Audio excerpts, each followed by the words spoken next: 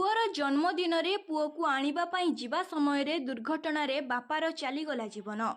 बालेश्वर जिला बस्ता थाना 60 नंबर जातीय राजपथर कुड़िया निकट रे मर्मन्तुद सड़क दुर्घटना।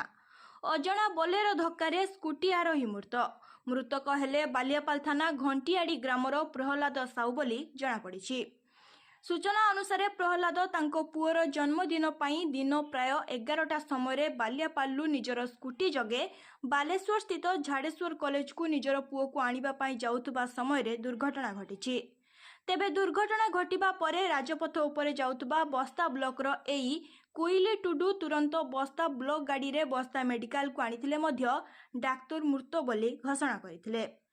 बस्ता पुलिस घटनास्थल रे पहुंची गाड़ी को जबत करी मृत शव को पोस्टमार्टम पाई पठाइथिबा जणा पड़िछि।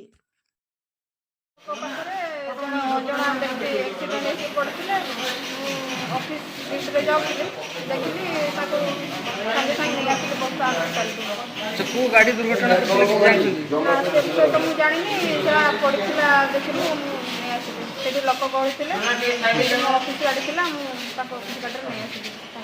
लोक लोक अवस्था केमती से तो डॉक्टर कहे से तो अचेत अवस्था अच्छा डॉक्टर जहाँ चेकअप कर जना पड़ो कौन